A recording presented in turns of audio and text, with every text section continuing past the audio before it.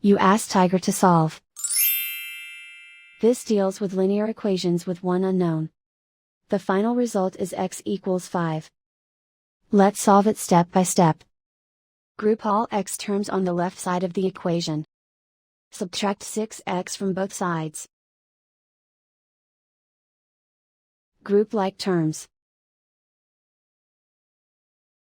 Simplify the arithmetic.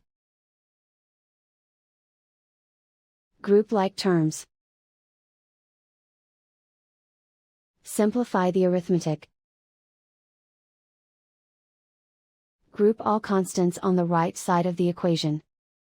Subtract 4 from both sides. Simplify the arithmetic.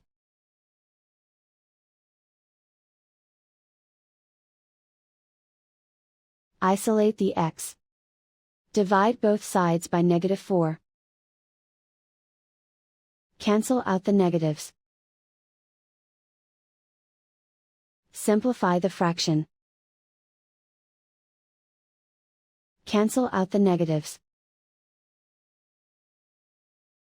Find the greatest common factor of the numerator and denominator. Factor out and cancel the greatest common factor. And so the final result is x equals 5.